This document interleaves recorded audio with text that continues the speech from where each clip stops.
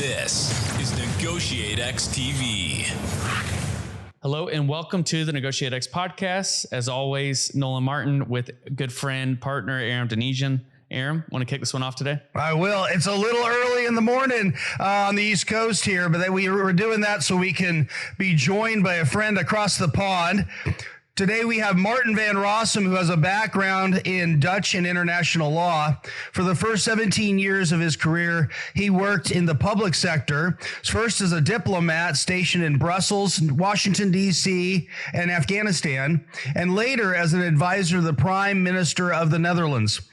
After moving to the private sector, he served as the global director of public affairs for the Heineken Company, and he is now the head of strategy at Influence and the vice chair of the jury for the Dutch National Negotiation Award. He recently co-authored the book Top Negotiators about the value of negotiation in our daily lives.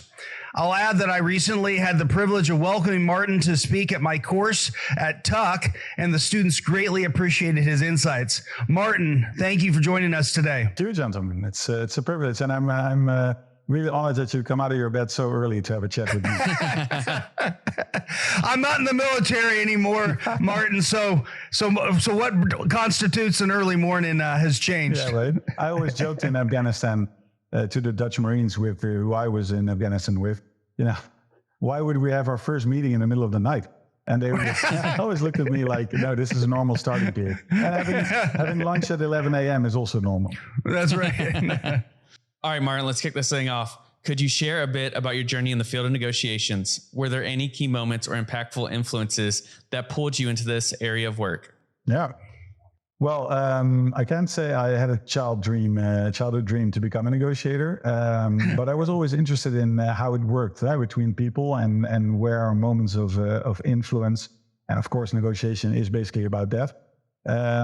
So during my student years, I already, attended some classes in law school, basically on negotiations. And then I thought, well, isn't law all about basically codifying human behavior? And if you get the secret to that, then that could become a real success factor in life, of course. I became a diplomat, and of course in diplomacy, negotiation is a life skill, but nor in Dutch schools, nor in the diplomatic academy, we're really trained to become negotiator and just skillfully think about negotiation like Aram is doing in his classes with his students. And this sort of became a bit of my crusade, let's call it that way, because in the Netherlands, we are not really trained on negotiations. And with a friend of mine who ran the negotiations program here at the Klingendahl Institute, which is basically a think tank. It's a bit different than an American think tank. There's a lot of government money behind it, of course. We're in Europe. But he ran the negotiations program there, and we decided to write the book that Aram was just referring to. And we thought, wouldn't it be nice to have the Harvard model of negotiation, the principled negotiation model, explain that really well in very simple language, basically, to people. And then have 10 top negotiators. So we wanted 11, actually, 6 women, 5 men, because we still think women are better negotiators than men. But one of the people had to, for a political reason, had to draw out. But we asked 10 really good negotiators. So the CEO of Shell, energy company here in the Netherlands, our prime minister, European commissioner, but also a 4-star general. People like this to share their let's say lessons in that book. And if you've written a book, then people all of a sudden think you're an expert. And I started helping out more people, first friends, and then we saw, of course, in our line of work, and as a senior counsel to the Prime Minister, it's negotiations every day. Because my task for the Prime Minister was I was the senior counsel for the Deputy Prime Ministers. And we don't have a large administration around our Prime Minister here. He's a primus inter pares, so there's no like White House or like the French or the German have a gigantic Bundeskanzleramt, for example, like a real administration supporting the head of state. We don't have that here.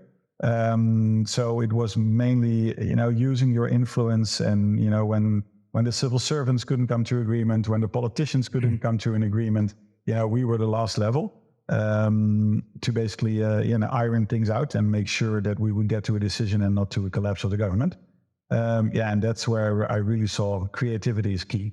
And then at Heineken, I saw the same in stakeholder engagement. If you can help each other achieving success, that's the best way of engaging, of course. And then we thought, well, if people start calling us all the time, maybe we can make a company out of this. And this is when we started Influence here in The Hague 2.5 years ago now. And we're building it up. But there's a big demand for it. So it's really nice to see. Well, it wasn't my childhood dream. I was honest about that. But to see our, let's say, adolescent dream come to reality now. So it must have been an interesting transition as you moved from a diplomatic career to the private sector, especially into a leadership role at Heineken.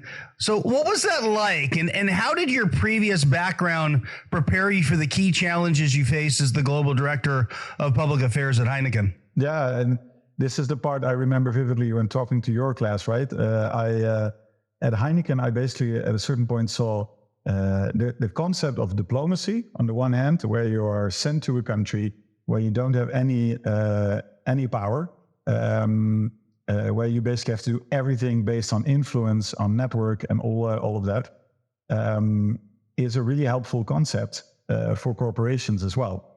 But corporations are, of course, they're trained differently, and that's why I really like, for instance, you with the tax students, really, taking that time to also put negotiations and influencing on the agenda with them, because it gave me the opportunity to share the concept of corporate diplomacy, where I really think, if you look at it from the angle of a diplomat, you should always find the trigger points with the other person you're trying to influence.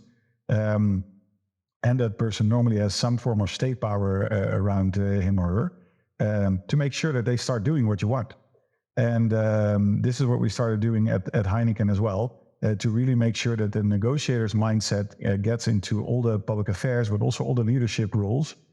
So we also had a global program where we really started training people on this mindset. And and then they became successful, right? I mean, they were already quite successful, of course, but they saw how it worked for them and how it helped them achieve the things that they needed to achieve. Yeah, and that's, of course, if these facts speak for themselves, and then people started adopting it. And now we do it for a lot of clients, basically saying, first, you really need to deeply understand what your counterpart wants, what his or her KPIs are, and how you can help achieve them. If they then say yes, and this is, of course, negotiation 101, but if they then say yes, then you can ask, okay, well, if we're going to jointly try to achieve this, then here's my ask for you, and let's see if we can get to an agreement. And really, also, at the end of any deal in a negotiation, you always have to try to sell the win or sell the loss, of course, right? And making the bend, basically, and really thinking about that together. Or so, how can we sell this as our joint success, basically? And if there is a loss in it, how can we absorb the shock of the loss jointly? That part is really the part, I think, where we can make a difference now. So, Martin, this is that idea of the corporate diplomat that you shared with my class. It's a term that I had not heard before. I think it's a wonderful blend of your background, both your diplomatic and corporate experiences. Is there more that our listeners should understand by what you mean by corporate diplomat, to continue to kind of expand on what you were just saying? And maybe, again, why this concept would have merit for negotiators, regardless of maybe industry or situation? Yeah, I think it's basically taking the negotiator's mindset into a classic, let's say, corporate environment. And with a classic corporate environment, I mean, if you look at the toolbox that most corporates have, it's mostly listen, send in legal, fight a battle, and you bring your leadership in ultimately to try to resolve things, right? But I always say, if you look at the total transaction there, it's quite a costly operation, and it also ruins relations, of course.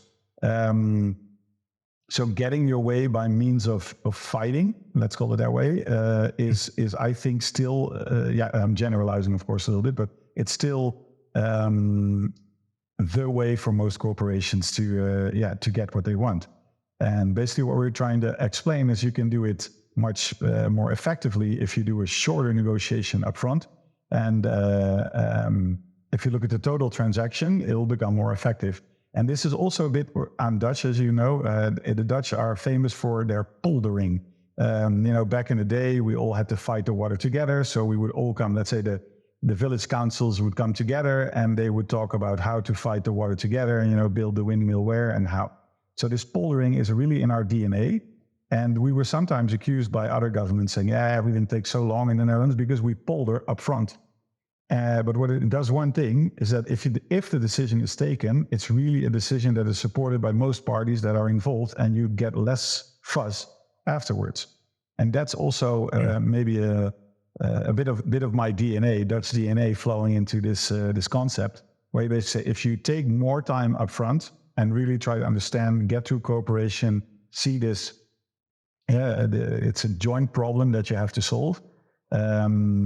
Because that's why you're at the table together, right? So that could really be helpful in making sure that the front end is maybe a little bit more lengthy, it takes a bit more investment, and you might give away a little bit more in the beginning, but ultimately it's more effective. So yeah, that's the deep dive into it, Adam. Yeah. Thanks. I'd love to build upon that last question, Aram. So what advice do you have for negotiators of global companies working across cultures and oftentimes needing to negotiate with foreign governments?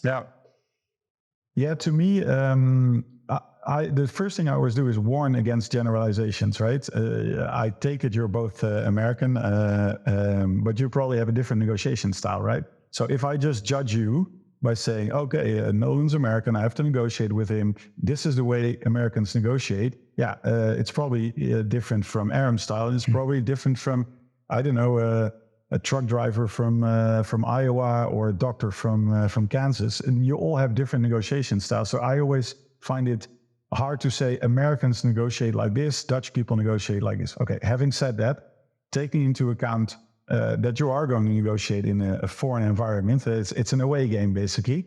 You try to gather as much information as possible. So really, what I always say is try to research the whole person, not just the flag. So, okay, he's American, but now what? Does he like what? Football, soccer, boxing, maybe? Okay, and we can maybe find common ground in that. What does his family look like? What does his past career look like? I mean, Aaron and I both served in Afghanistan, so maybe that's a nice angle to go at it, right? And then, so that's the person, and then really also try to understand, so what is the organization trying to achieve here? What is my stakeholder trying to achieve, not just the person? And if we really get into, do a good deep dive into that part, and then start with a gigantic amount of open questions. And of course, it has to be balanced, because in some cultures, asking all these questions is a bit of it has a dynamics on its own. So really be mindful of that. From that point on, you also have to get advice. That's my last advice always. If there are companies that they say we do intercultural advice, I would dismiss those.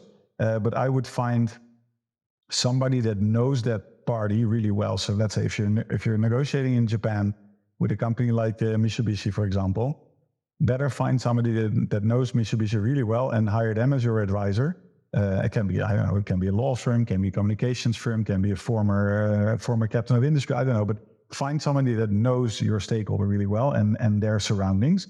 And those are better advisors than these general, I know how to negotiate with the Germans kind of people. That to me, that doesn't make sense. But that's my personal opinion, of course. But yeah, doing your research really well, I think goes for any negotiation, but especially if you go in intercultural negotiations, do your research really well up front. And also, again, within the boundaries of what is possible, also try to open the conversation person to person, and also asking, like, are we on the right track here, right? And that's not possible in every culture. But I found it amazing the depth of some of the relations I could establish in Afghanistan, for example, where they're not known as the most open people in the world, and the cultural differences between Afghanistan and the Netherlands are really big. So it's not an easy game to play, but really try to build that relation, and to also at certain points find feedback and check questions, and then you can see whether they like you or not, or whether they're just negotiating with you because they have to.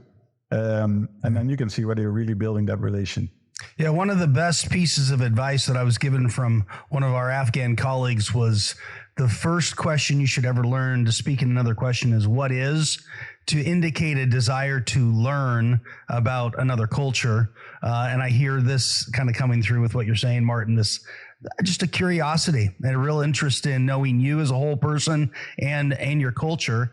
Language is a big part of this. And I'm just curious to kind of go one step further. As you've had to work through interpreters or cultural experts because of the translation of languages, are there unique challenges that you faced? What advice do you have when the two parties that are discussing things, they don't speak the same language? That and virtual negotiations to me it's a gigantic extra handicap. I build in time for that. And of course, showing interest in the language, right? I mean, nothing is better than if you speak the other's language, even though it's only a few words. If people, if Americans say dankjewel and goedemorgen when they come here, I go, oh, so nice. They're at least making the effort, right? Trying to make that effort on purpose. I didn't have any idea that I would ever learn Dari for the time that I was posted in Afghanistan. One thing I did is I merged my cultural advisor and my interpreter into one person. Because to me it didn't work going there with two people giving different advices. So I asked my interpreter to become the cultural advisor as well. It was a nice example. I was talking to a mayor of the province of a big city in the province we were located in Kunduz. And that mayor was invited to the Netherlands by the government as a sort of as part of an influential program, but also, showing our relation and how good the relation was. And at a certain point, I had to go to him and construct his program in the Netherlands. So he wanted to go to a park. I was like, yeah, we have lots of those. That's not a problem. But then my interpreter said, he doesn't mean a park like trees and stuff, but he means like an amusement park, like I don't know, Disney World. So okay, but that's a Google. Otherwise, I would have sent him to a park here. That would be a bit of a challenge, right? And then the other thing he said, the Netherlands, of course, is known for its gigantic shoreline, a small country, long shoreline. He wanted to go to a beach. Makes sense. Makes sense. But I also had to tell him, okay, beaches in the Netherlands look a little bit different than what you're used to here, probably, and that could be a gigantic shocker, of course, for a mayor who was our host at that site. And so my culture advisor at that point said, but I think that's exactly the reason why he wants to go to the beach. So for us, it was having these little, be mindful yourself of what could go wrong. Are we, so double check, basically, are we talking about the same thing here? Yeah. And building in a lot of time, because first of all, translation takes time, but also building in time to really try to understand each other. And really have the people that are supporting you at that point also making sure, okay, I'm going to make a joke now, translate it as a joke, right? So I also gave advice to my advisors again, like this is what I want to achieve. Yeah. So make sure, and then I always hoped that the people that I talked to wouldn't understand Dutch, because otherwise it sounds really, I had it a few times that you get translators in, but so Papiamento, the language in Aruba, I speak the language, but if they don't know that you speak it, then you can hear everything they say, of course, getting great intel. Right. Well, it's whether in diplomatic or corporate positions, we often hear people talk about the unique challenges of aligning internal stakeholders while negotiating deals with external counterparts. Do you have any experiences and lessons learned that you could share as it relates to this challenge? Yeah, I think that's key. And I think it's also a point that many negotiators forget. So first of all, we always say you see a lot of negotiations taking place in a company where, I don't know, the dispute is about, books. So the person that is responsible for books gets to do the negotiation. I don't think that's a wise choice. I think you should hire negotiators for this, but that's my own parish, of course, a little bit. But we really see the difference. The big international corporations that we help with, one of them even said, this is our profession. We are not negotiators. So they saw the light, basically, and they started hiring us because they needed this negotiation expertise, everything we do for clients. And a big part of it is also internal alignment and internal celebrations, if you get to the deal. But I always say, imagine you're sitting behind your desk and you hear, especially if they're big existential deals for your company or things that will impact the lives of many people in the company. You sit at a desk and all of a sudden you hear like, hey, news bulletin, we reached a deal. And then people, they only see the end result of the deal. So they have an opinion on it, which is not always helpful. And if you take them, so that can create opposition against the deal, which is the last thing you want because you struggled with the other parties for quite some time, probably to get to the deal. Right. So what we try to advise people is to, first start with a small group. There are people with an opinion on whatever you have, the product that you're negotiating about or the deal that you're negotiating about. There's always enablers to be found or also disablers to be found in companies. And first draw them in, make them this very special, okay, I'm giving away strategy right now, but make them this very special group that you really want to pre-inform and that you also want to download. I mean, they have an opinion on it, so they will keep having an opinion on it. Yeah. So if you can download them, on their views of the deal or what might work or would not work, it's even helpful for you at the table again. And then keep them informed, making sure you don't get they don't get to 0 from 100, which 100 is the deal, in one day. So basically, let them get used to make them part of the endeavor and making sure this is a negotiation team, this is our leadership team. They do this work. But you can provide your input, you can provide your opinions, and we would love you to also reshare this.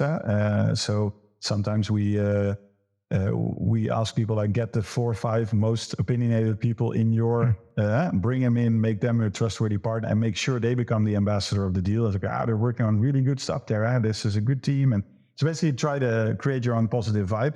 And when you have it, celebrate it. I mean. Explain also the downsides of the deal maybe, but if you put all the time and effort and travel and whatever you put in it, make sure you explain it well to the people that you work for basically, and make sure you celebrate it together. Like this is a milestone. We should really celebrate this together. This is a success we achieved, and with that. The side effect is, of course, that you also celebrate good negotiation outcome within the company, which I think is key because it tells people this is what we expect from you. Absolutely. Thank you. What I heard you saying there was it's not just about bringing our greatest fans to the table. Sometimes we got to bring our greatest critics as well and involve them in the process. And that's hard to do. Yeah. Yeah. And it's at Heineken, I still say we, but we are brand builders, right? So making a good story behind the brand is key. And I introduced a few public affairs and negotiation brands. And one of them was the roundtables in which we would speak to our greatest fans and fiercest critics. I always call them because it's sort of, it sounds nice in Dutch at least. And making sure we get their input on our policies. And to me, it does a few things because you actually listen. First of all, you invite them. So that's step one, right? Everybody that gets invited to, a government or a big corporation or people that actually want their input and their advice is normally like you feel extra special, right? And you can tell other people that you can go to, the government or to Heineken and to other groups. And then really listen carefully and make sure where you can say, okay, this is input we can use, but also make sure you manage expectation right if there's input you can't use.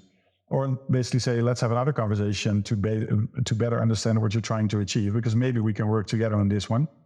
And if we have that, then also tell the other people in your company that you're doing this. So that's basically what we talked about. But it's not always easy, and sometimes you just you can't agree. There's NGOs that don't want oil companies to exist. Okay, well that's hard. But then you can always still have a conversation, I think, and getting a face and getting that relation works in a mitigating way. Have a good conversation. Okay, so how do we do this, and what do you expect from us? And okay, should we close down a Shell in 2 years? That's impossible. They'll have all these effects, and then you can at least try to explain the dilemmas that you run into. I call it dilemma logics. It's a thing we developed at the government here. if you talk about your dilemmas, not so much about the direction you chose, but if you talk about the dilemmas, and then people will also see, okay, I get this. So they have to weigh this against this. Yeah, then I get it, why they made this choice. Right. And it gives something of procedural justice, right? Where people think, well, they at least took some time to think about it. It's not an overnight choice, and they consulted a lot of people.